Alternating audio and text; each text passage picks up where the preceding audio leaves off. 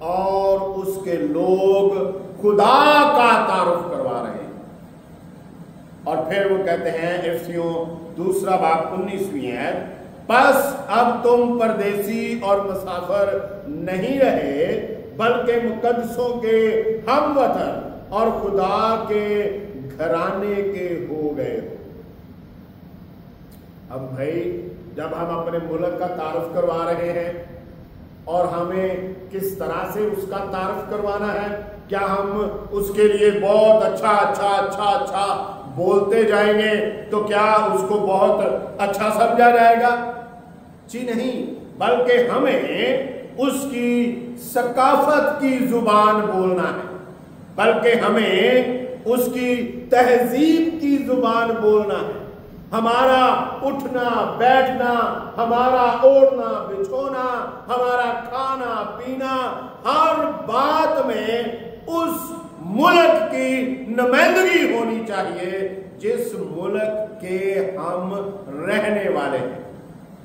تو چونکہ سارے ایماندار آسمانی ملک کے رہنے والے ہیں تو ان کو آسمانی ملک کا کس طرح سے جو ہے وہ تعارف کروانا چاہیے۔ دوسرا، ہر آدمی چاہتا ہے کہ جس کی قیادت میں وہ چل رہا ہے، جس کے رہنمائی میں وہ چل رہا ہے، اس کا تعارف پیش کیا جائے۔ اور ایماندار کی جو رہنمائی ہے، اس کا جو بادشاہ ہے، اس کا جو نجات دہندہ ہے، اس کا جو مخلصی دینے والا ہے، وہ ہے خداوند یسوع مسیح۔ اعمال کی کتاب 4 باب 10ویں ہے، تو تم سب اور اسرائیل کی ساری امت کو معلوم ہو کہ یسوع مسیح ناصری جس کو تم نے مصلوب کیا اور خدا نے مردوں میں سے جلایا، اسی کے نام سے یہ شخص تمہارے سامنے تندرست کھڑا ہے۔ کیسی تعریف ہے، کیسا شاگردوں نے خداوند یسوع مسیح کا تعارف پیش کیا۔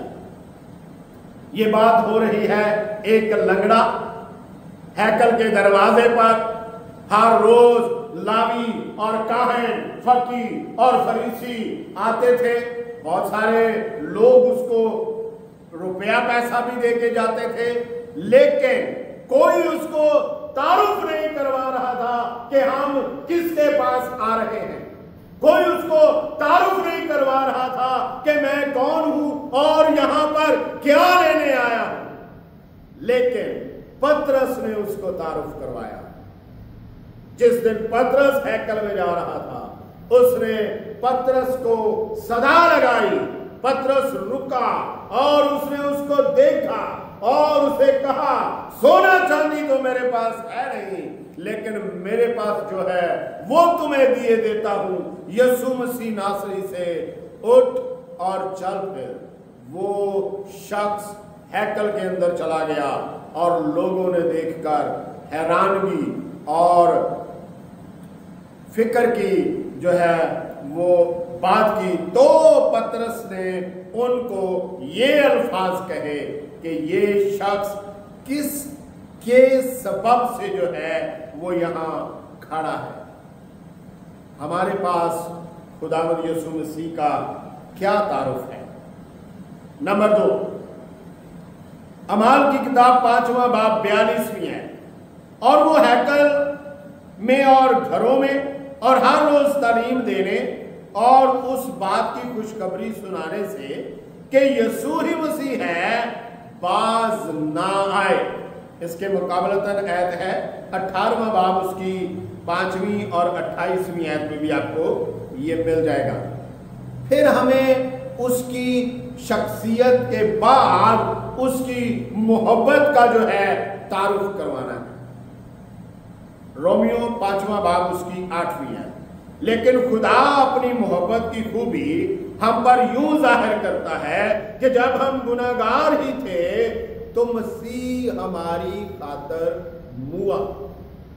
ایسا بادشاہ، ایسا رہنما، ایسا قائد، ایسا نجات دہندہ، ایسا مخلصی دینے والا جو انصاف اور عدل کے اوپر آئے تو اپنی جان دے کر بھی اپنی رایا، اپنے لوگ، اپنے دوست خرید سکے، اور یہ خداوند یسوع مسیح نے کیا۔ ایک اور اس ورد کی جو بڑی انمول بات ہے وہ 3 ایسی شخصیات کا ذکر ہے جو خدائے ثالوث کہلاتا ہے۔ خدا نے دنیا کے پہلے ہمیں چن لیا، کس میں؟ مسیح یسوع میں، دوسری شخصیت اور تیسری شخصیت کہ ان پر روح القدس، روح موعودہ کی مور لگی ہے۔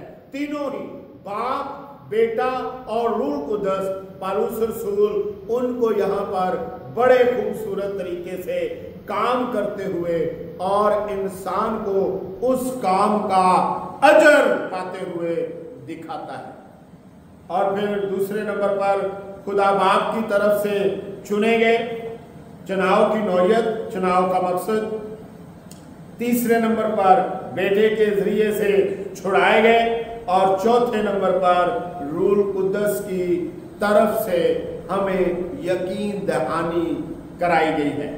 اور جب ہم اس کی عبادت کرتے ہیں تو ہم اس کا تعارف پیش کرتے ہیں۔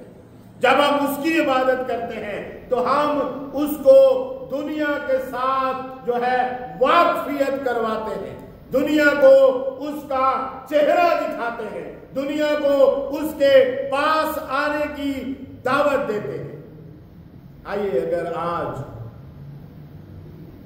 یہ تمام چیزیں ہماری عبادت کا حصہ ہیں تو ہم واقعہ ہی خداوند یسوع مسیح کی عبادت کر رہے ہیں۔ لیکن اگر ہماری عبادت کا یہ چیزیں حصہ نہیں ہیں، ہم اس کا تعارف پیش نہیں کر رہے، ہم اس کو دکھا نہیں پا رہے، ہم اپنے وطن کی صحیح عکاسی نہیں کر پا رہے، تو پھر ہم عبادت نہ جانے کس کی کرتے ہیں۔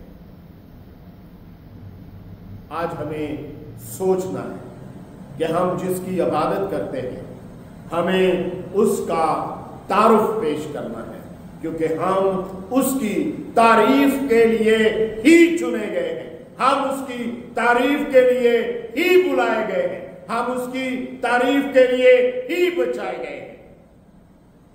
آئیے آج اپنی اپنی زندگی پر غور کریں ان الفاظ کو لے کر، اور خداوند کے سامنے اپنے آپ کو رکھیں کہ خداوند آج سے میں تجھے ہر جگہ پر پیش کروں، آج سے میرا اولین مقصد یہ ہوگا کہ میں تجھے پیش کر سکوں۔